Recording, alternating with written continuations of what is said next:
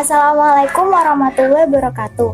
Halo semuanya, perkenalkan nama saya Nanda Oktavia, siswi kelas 10 MIPA 2 di SMA Negeri 1 Kradenan.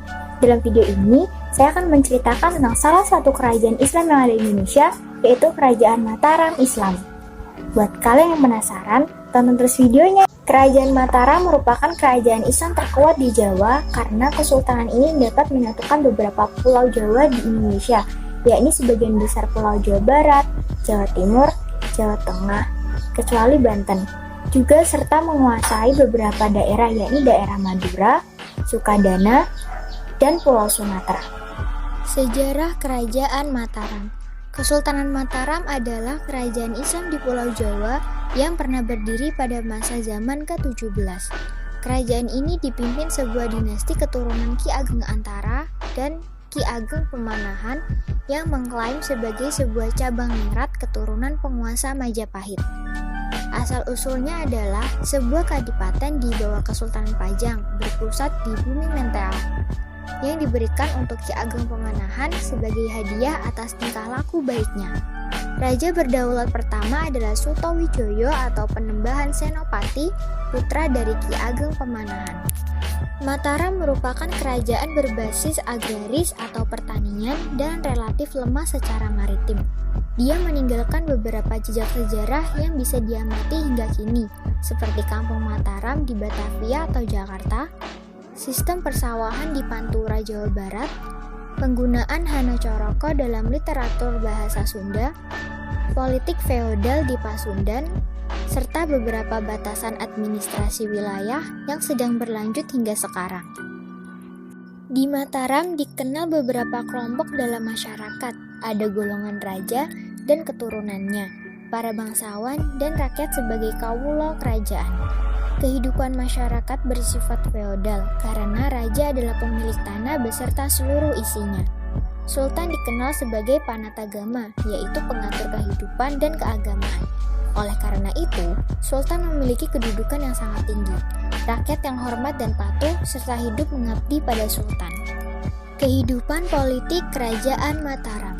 Sebagai pendiri dan raja pertama Kerajaan Mataram Islam, Sutowijoyo menghadapi banyak rintangan, terutama dari bupati di pantai utara Jawa yang dulunya tunduk kepada Pajang.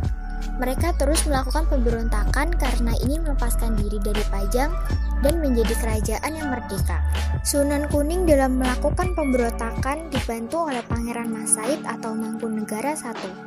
Walaupun pemberontakan Sunan Kuning dapat diredam, namun Pangeran Mas Said tetap melakukan perang gerilya melawan Pakubuwono II dan VOC. Pada tahun 1746, Pangeran Mangkubumi atau Sultan Hamengkubuwono I ikut bergabung dengan Pangeran Mas Said. Alasannya bergabung, Pakubuwono II lebih condong ke VOC yang menuduh beliau lebih mementingkan harta dibanding membantu menumpas pemberontakan. Pangeran Mangkubumi merasa bahwa ia telah berhasil menekan pergerakan Pangeran Mas Said dan dirinya seharusnya mendapatkan tanah di Sukawati sebagai hadiah yang dijanjikan oleh raja. Kendati demikian, Sutowijaya tetap berhasil melakukan perluasan wilayah hingga berhasil menduduki seluruh wilayah Jawa Tengah dan Jawa Timur. Kesultanan Mataram mencapai puncak kejayaannya pada masa pemerintahan Sultan Agung.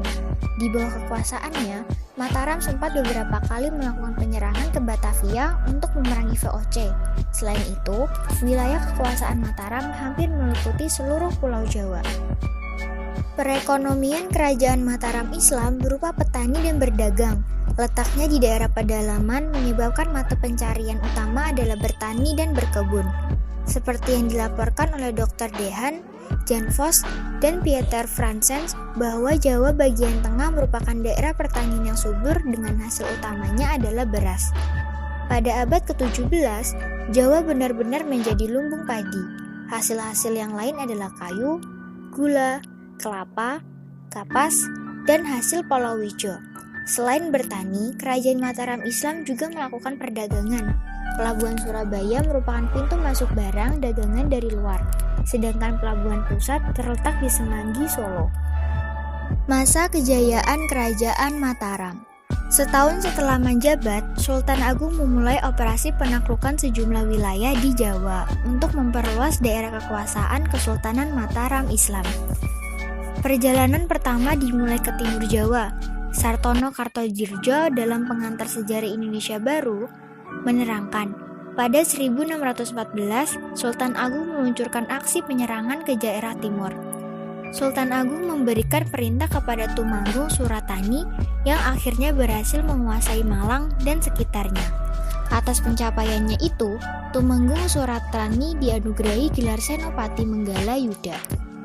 Selanjutnya, pada tahun 1615, Sultan Agung mengirim pasukan yang dipimpin oleh Temenggung Martalaya untuk mengambil alih-alih kekuasaan wilayah Wirosobo atau kini wilayah Keresidenan Banyumas.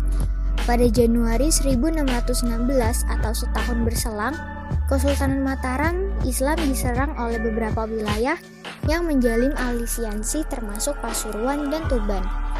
Sepanjang tahun 1616 sampai 1619, Sultan Agung juga melakukan ekspansi ke wilayah Lasem, Pasuruan, dan Tuban. Tumenggung Martaloyo dan Tumenggung Jaya Suponto berperan aktif dalam misi ini yang menuai keberhasilan ini. Misi menaklukkan Surabaya boleh dikatakan paling sulit dan berlangsung cukup lama, yakni pada tahun 1620 sampai 1625. Sultan Agung akhirnya menerapkan strategi untuk melemahkan Surabaya. Rantai distribusi makanan ke Surabaya dari beberapa wilayah yang sudah menjadi taklukan Mataram diputus. Pada tahun 1625, Surabaya takluk dengan sendiri karena kehabisan bahan pangan. Keruntuhan Kerajaan Mataram Islam. Keruntuhan Mataram dimulai setelah Sultan Agung wafat dan takhta kerajaan jatuh ke tangan Amangkurat I. Amangkurat I memiliki sifat yang bertolak belakang dengan sang ayah, bahkan disebut sebagai raja yang bengis. Setelah tragedi demi tragedi terjadi, rakyat mulai takut dan terbentuk sikap antipati. Akibatnya, rakyat bersatu menyerang kerajaan di bawah pimpinan Pangeran Turonojoyo dari Madura. Dalam serangan itu, Amangkurat I wafat dan putra mahkota meminta dukungan VOC untuk membubarkan pasukan Trunojoyo. Dengan bantuan VOC, putra mahkota pun berhasil menyingkirkan Trunojoyo. Putra mahkota kemudian naik tahta dengan gelar Amangkurat II dan memindahkan ibu kota Mataram ke Kartasura. Pada masa pemerintahan raja-raja berikutnya, Kesultanan Mataram terus mengalami pergolakan besar. Pergolakan di kerajaan kemudian resmi diakhiri melalui Perjanjian Giyanti yang ditandatangani pada tanggal 13 Februari tahun 1755. Dalam kesepakatan tersebut, Kesultanan Mataram dibagi menjadi dua kekuasaan, yaitu Nagari Kasultanan Ngayogyakarta dan Nagari Kasunanan Surakarta. Kasultanan Ngayogyakarta diserahkan kepada Hamengkubuwono I, sementara Kasunanan Surakarta dipimpin oleh Pakubuwono III. Adapun peninggalan-peninggalan kerajaan Mataram Islam antara lain 1. Karya sastra Gending. 2. Adanya tahun saka. 3. Adanya kerajinan perak. 4. Adanya tradisi kalang obong. 5. Terdapat kuliner khas Kuwai Kipo. 6. Terdapatnya pertapaan kembang lampir. 7. Terdapat Segoro Wono, dan masih banyak lagi. Sekian cerita tentang Kerajaan Mataram Islam dari saya. Semoga dapat menambah wawasan Anda. Dan apabila ada kesalahan kata, mohon dimaafkan ya. Cukup sekian dan terima kasih. Wassalamualaikum warahmatullahi wabarakatuh.